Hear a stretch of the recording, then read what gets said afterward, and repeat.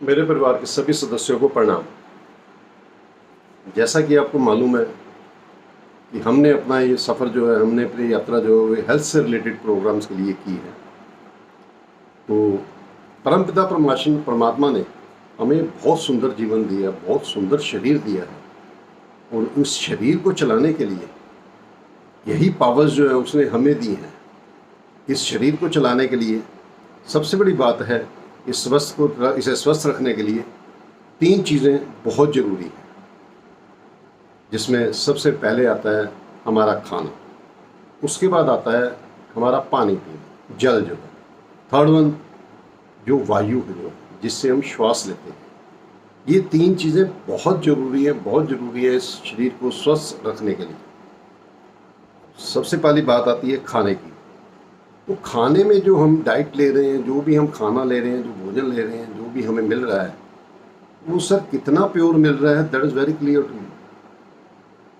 खादें इतनी पड़ रही हैं, इतना यूरिया डल रहा है, इतना पेस्टिसाइड डल रहा है खाने के अंदर कि indirectly we are taking urea, और वो हमारे बॉडी ऑर्गन्स को, मेटाबॉलिज्म को कितना प्रभावित कर रहा है आप जानते हैं। आज से पहले की जनरेशन ले लो, हमसे, जैसे आई एम 62, हमारे से पहले की जनरेशन ले लो, हमारी उस समय इतनी खाद नहीं डलती थी, तो बीमारियां भी कम थी। आज के समय में इतनी खादें डल रही हैं, इतनी पेस्टिसाइड डल रही हैं, किसान को कुछ नहीं चाहिए, उसे चाहिए अपनी फसल चाहिए, उसे कोई लेना देना नहीं किसी चीज़ से। लेकिन तो खाना हमें क्या प्रभावित कर रहा है, हमारे शरीर पे क्या इफ़ेक्ट डाल रहा है, वो आपको बहुत क्लियर है। अब खाने में अगर देखा जाए तो अब हम इसको कैसे थोड़ा ठीक कर सकते हैं, कैसे अपनी डाइट को ठीक कर सकते हैं, मेंटेन कर सकते हैं, उसमें ये लिखा गया है कि 4 चीज़ें, सफ़ेद चीज़ जो है, अगर हम उसको इग्नोर करें, अगर हम इसको चेंज करें, तो हमारा बॉडी, हमारा स्वास्थ्य ठीक रह सकता है।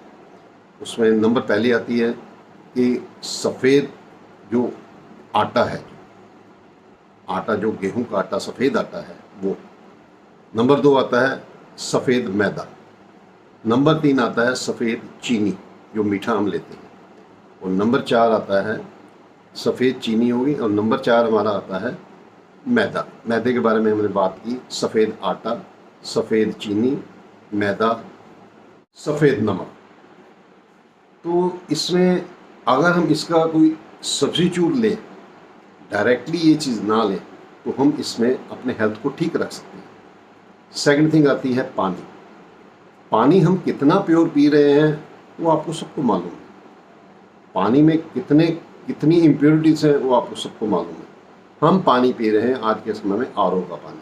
आरओ में क्या होता है, वाटर तो फिल्टर हो जाता है, लेकिन उसमें मिनरल्स जो हैं, कई ऐसे मिनरल्स वॉश आउट हो जाते हैं जो कि हमारी बॉडी के लिए बहुत ज़रूरी होते हैं। उसके बाद हम फ्रिज का पानी पीते हैं, रेफ्रिजरेटर का पानी पीते हैं।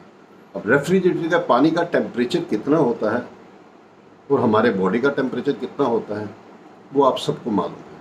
लेकिन यही पानी, अगर हम पानी को बॉयल करके, थोड़ी मेहनत लगेगी उसमें, पानी को बॉयल कर लें, बॉयल करने के बाद उसको हमारे मिट्टी का जो मटका होता है, जो कि हमारा देसी रेफ्रिजरेटर है, अगर उसके अंदर वो डाल दिया जाए और उसमें वो पानी पिया जाए तो पानी बहुत अच्छा। उसमें सबसे बड़ी बात क्या है कि जो मिनरल्स उस पानी के, जो चीज़ें हैं, वो सब पानी के अंदर मिलेंगी। दूसरी बात, जब हम इसको बॉयल करेंगे तो इम्प्योरिटीज़ जो हैं वो वॉश आउट हो जाती हैं।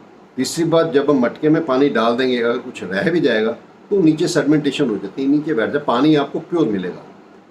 अब उसके बाद बात आती है वायु की, हवा की, सांस, जिसमें जो कि हम सांस लेते हैं जिससे।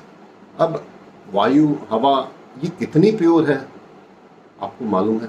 पॉल्यूटेड है, टोटली पोल्यूशन कितना चल रहा है। जितना जितना हम कॉस्मोपॉलिटन सिटीज़ में रह रहे हैं, बड़े सिटीज़ में रह रहे हैं, पोल्यूशन ऐसा ही, उतना ही पोल्यूशन है।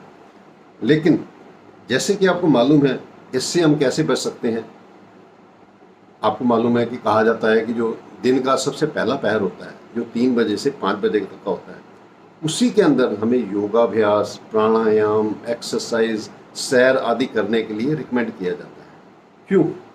दोपहर को 12 बजे क्यों नहीं, और दोपहर को 2:30 बजे क्यों नहीं? सैर बहुत ज़रूरी है, प्राणायाम हर समय ज़रूरी है, लेकिन ये सब श्वासों का खेल है।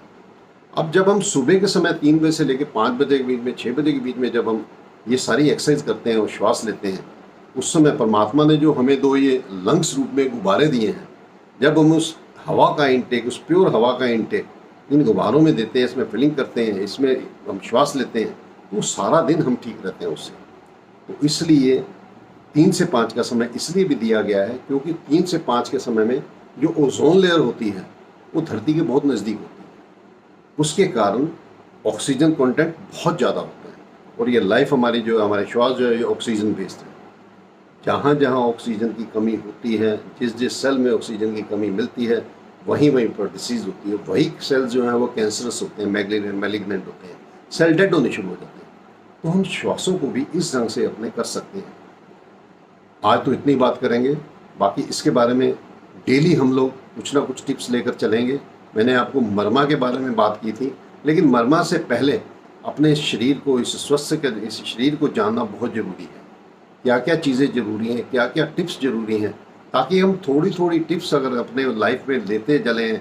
हम सबको मालूम है कि क्या ठीक है क्या ठीक नहीं, but we are ignoring that. तो अगर एक हम इनको टिप्स को लेकर चलेंगे धीरे धीरे करके, जैसे खाने के लिए, पानी के लिए, श्वास के लिए, तो ऐसे हम अपने को शरीर को ठीक रख सकते हैं। यदि आप चाहते हैं कि ये सफ़र हमारा कंटिन्यू चलता रहे और आपको अच्छी से अच्छी जानकारी मिल सके, हालांकि आज के समय में हर पर्सन जानकार है, लेकिन अच्छी से अच्छी और जानकारी जो भी मुझे मालूम है, जो भी मैंने अपने गुरुओं से सीखा है, वो आपको मिल सके, तो प्लीज़ इसे लाइक कीजिए, इसे शेयर कीजिए और सपोर्ट कीजिए। अब मैं अपने वीडियो को यहीं विराम देता हूँ। कल के लिए हम आगे लेकर चलेंगे, जो भी जानकारी होगी प्लीज़ सपोर्ट। धन्यवाद।